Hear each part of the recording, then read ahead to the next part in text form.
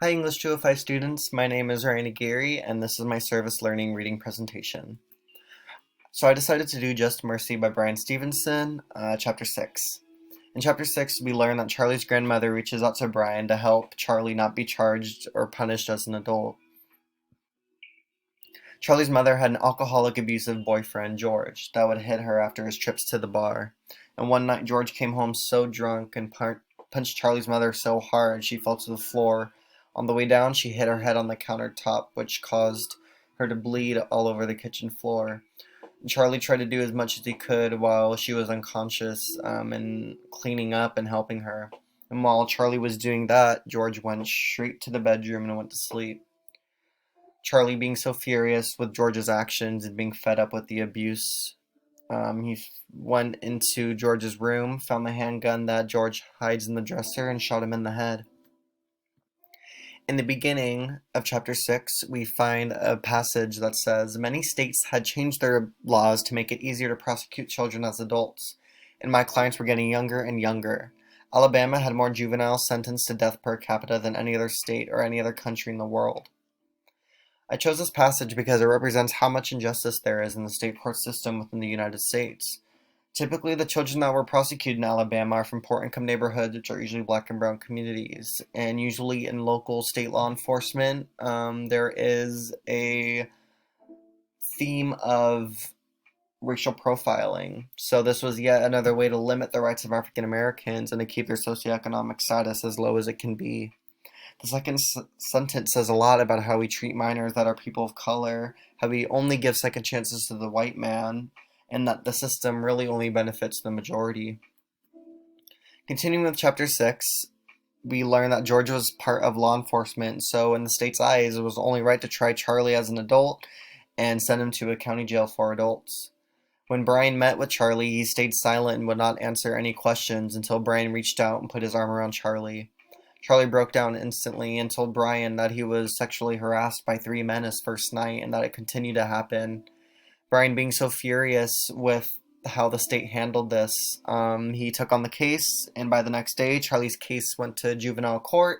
Charlie transferred to juvenile center, and he'd be out by the time he was 18. A few weeks later, the Jennings hear Charlie's story from Bryan as he's preaching to a church. And the Jennings have this grandson who committed suicide, unfortunately, and they saved a whole college fund for him. After hearing Charlie's story, the Jennings decide to give their college fund to Charlie. The Jennings and Charlie meet, and they instantly become family, sparking a hope of motivation and inspiration after life in juvenile detention.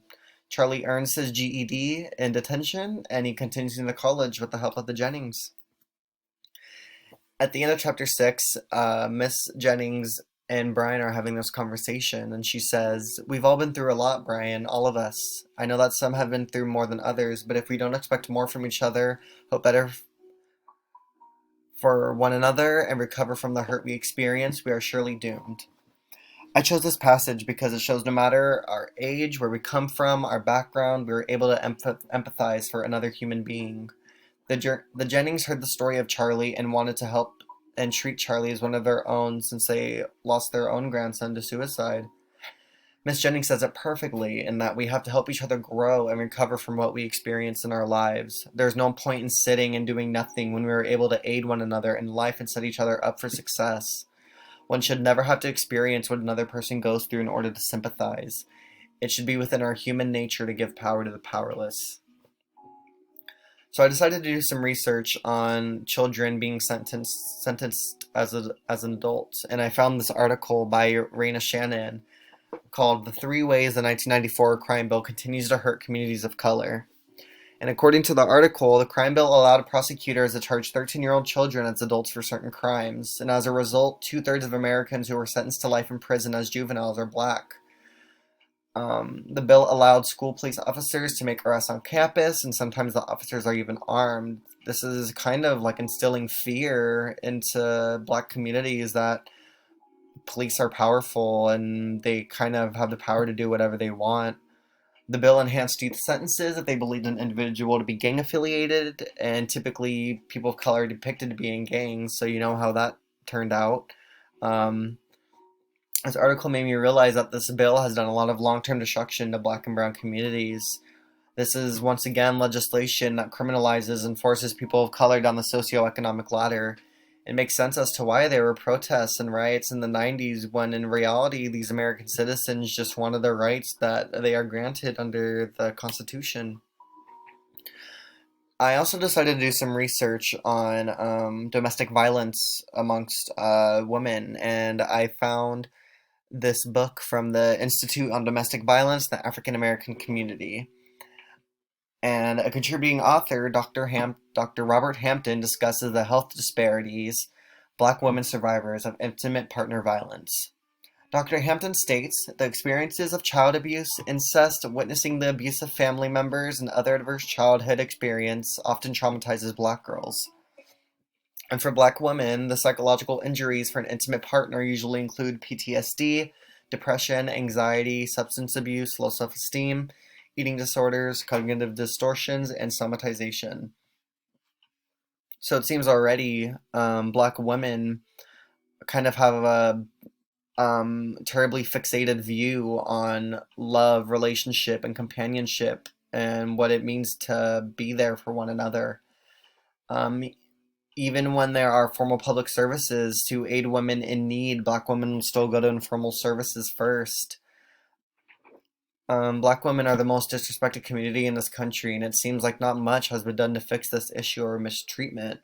We need to uplift women of color and make sure they are receiving the same rights and benefits and accessibility as any other woman in the U.S., no matter their ethnicity, their age, and their socioeconomic background. In conclusion, black and brown communities continue to face injustices within the state courts, federal legislation, and public services. This issue is important because this is a reoccurring theme of legislation at any level. It's being passed to demonize, criminalize, and belittle the African American community. People like Stevenson and the Jennings are true Americans, and that they use their power to aid the powerless and they use their right to democracy. This should affect everyone, no matter who you are or where you come from, as these are human lives that are being treated horribly. As a country, we need to learn to listen, understand, sympathize, and empathize with people of color communities to give them the rights and lives they deserve in this country. Taking the time to learn about these injustices and the history of the injustices against black and brown communities is already a huge step into fixing this issue. When we give, it is more about seeing and feeling the reward rather than physically receiving money or a gift. I feel this is a theme that Bryan Stevenson sends as we learn about the cases and the people's lives he fixes. He feels this sense of power and uplifting him, not only himself, but his own community that's been hurting for almost 300 years. He sends this message that says we should help and give because we care, not because we will get something in return that also benefits us. And I feel like that's a big message that Stevenson sends out with his Equal Justice Initiative and within his own work.